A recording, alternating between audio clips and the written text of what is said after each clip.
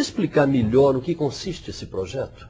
Como é que ele vai ser aplicado e de que forma uma pessoa que ganha a mais do que, digamos, um certo limite, ela vai poder contribuir para esse fundo que o senhor está instituindo?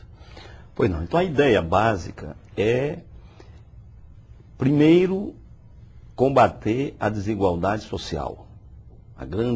A péssima, né, distribuição de renda que tem o nosso país, é um dos países mais injustos do mundo.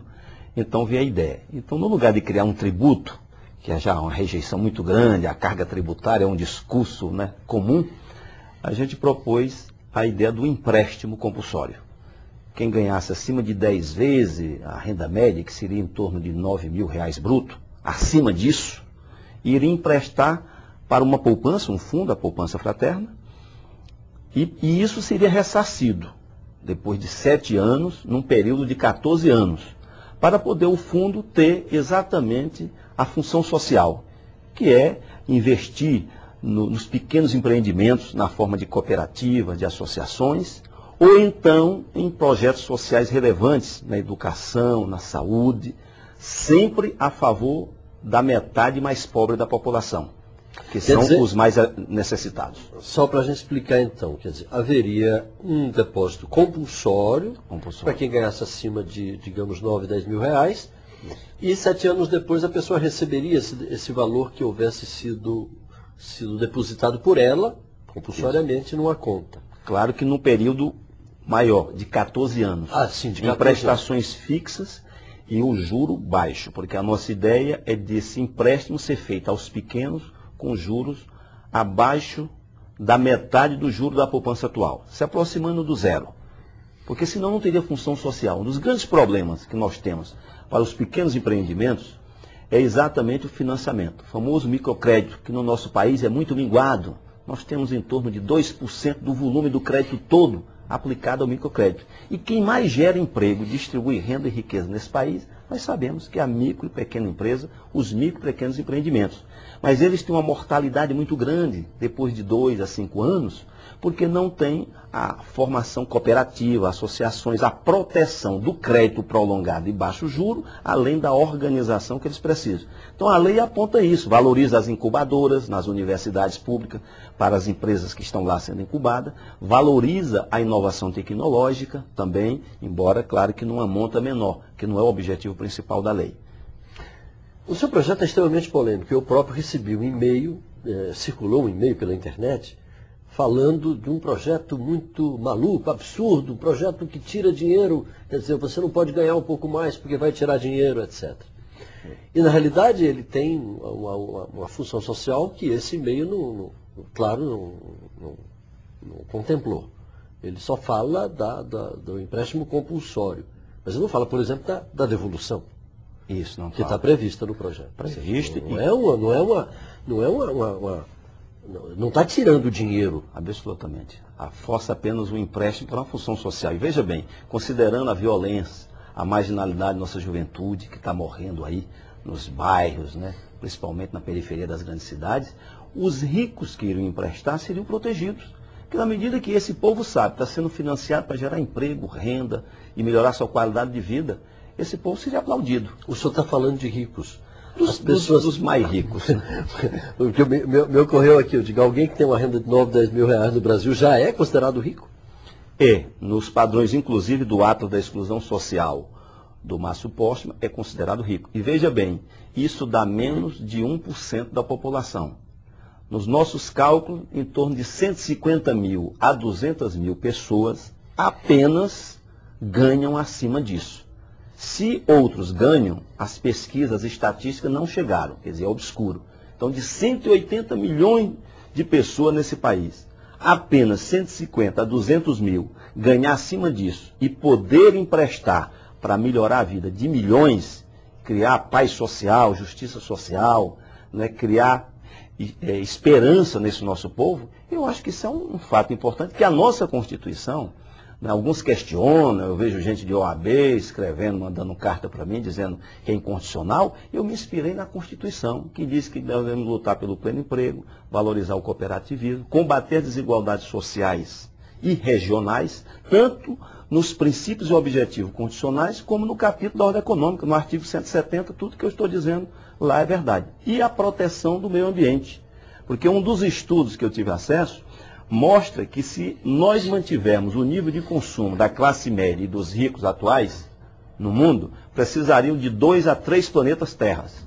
Ou seja, não dá para todo mundo ter automóvel. O consumo dos recursos naturais é tão grande que esse planeta aqui já iria rapidinho. Exatamente. Não tem condição de todo mundo ter esse mesmo tipo de casa da classe média, carros, porque as estradas não teriam condição de absorver petróleo. Então, nós temos que mudar o estilo de vida. A nossa ideia do limite é também educar para que os que consomem mais pensem que é preciso pensar nas gerações futuras, nos nossos filhos e netos. Agora, deputado, há 2 aspectos que vale a pena refletir sobre eles. O primeiro é a resistência natural das pessoas com relação a um projeto desse. Não é um confisco, como aconteceu o confisco da poupança. Claro que não. Naquela época, não é um confisco. Você está dizendo que é um empréstimo compulsório. E a própria desconfiança da população em relação a empréstimos compulsórios. Verdade. Porque no passado a população brasileira já foi ludibriada a partir desse expediente. Havia um empréstimo compulsório, vamos devolver dentro de tanto tempo e não se devolvia nada. Claro. Como é que o senhor está enfrentando esse descrédito do próprio instituto do empréstimo compulsório? Essa tem sido uma crítica frequente, onde eu tenho debatido, nas entrevistas que tenho dado e dos e-mails que a gente tem recebido e que outros recebem e me comunicam, não há dúvida.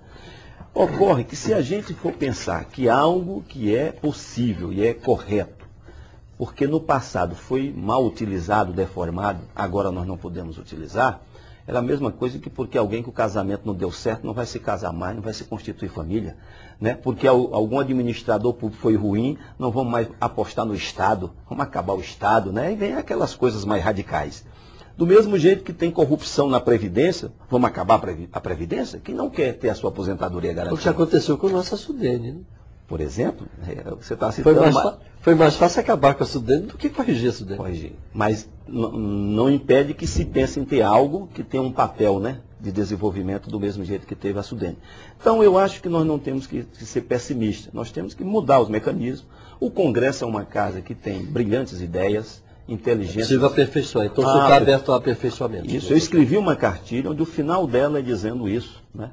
Que a gente está ali apresentando uma primeira versão. Gostaríamos que ela fosse enriquecida, debatida. Inclusive, agora que está com o relator, não estou tendo pressa. Falei para o consultor, não tenha paciência, vamos ouvir mais, outras pessoas estão começando a sugerir.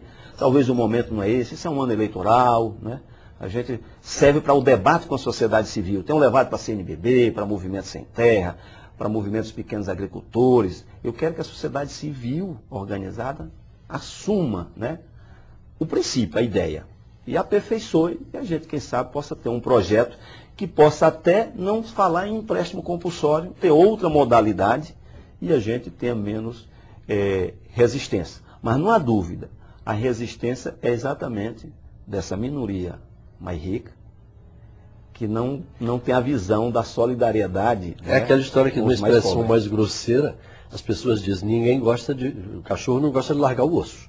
Isso é verdade. Né? Mas uma coisa... Não é grosseira, mas ela diz bem disso. Quer dizer, as pessoas não gostam de abrir mão dos seus privilégios, das suas... E eu acho que aí só o debate democrático pode enriquecer. Uma coisa é certa, a nossa Constituição tem mais de 15 anos, e ela diz que é para combater desigualdades sociais e regionais, e nesse período não melhorou a distribuição de renda e riqueza. Ou seja, os poderes públicos, judiciário... E é nisso que o senhor se apoia. Esses 3 estão sendo incompetentes em fazer distribuição de riqueza. Deputado, o senhor também está pretendendo modificar o índice de exclusão social. Podia explicar também esse aspecto? Em que sentido? Na verdade, eu quero utilizar esse índice de exclusão social, que foi documentado aí no Atlas da Exclusão, que o Márcio Postman e outras pessoas produziram, como mecanismo de distribuição dos recursos da área social do orçamento. Apresentei como emenda na LDO. De maneira que o Estado... LDO é a Lei das Diretrizes Orçamentárias. Para as pessoas entenderem. Isso, que vai organizar o orçamento do próximo ano. De maneira que os Estados que têm uma exclusão social maior, ou seja, onde tem mais pobreza, mais necessidades, medida por esse índice, ele deve receber mais recursos da área social. Inversamente proporcional. Esse é o critério que eu coloco, levando em conta o tamanho da população de cada Estado. Mecanismo de equilíbrio, né? De equilíbrio. Puxar para um equilíbrio.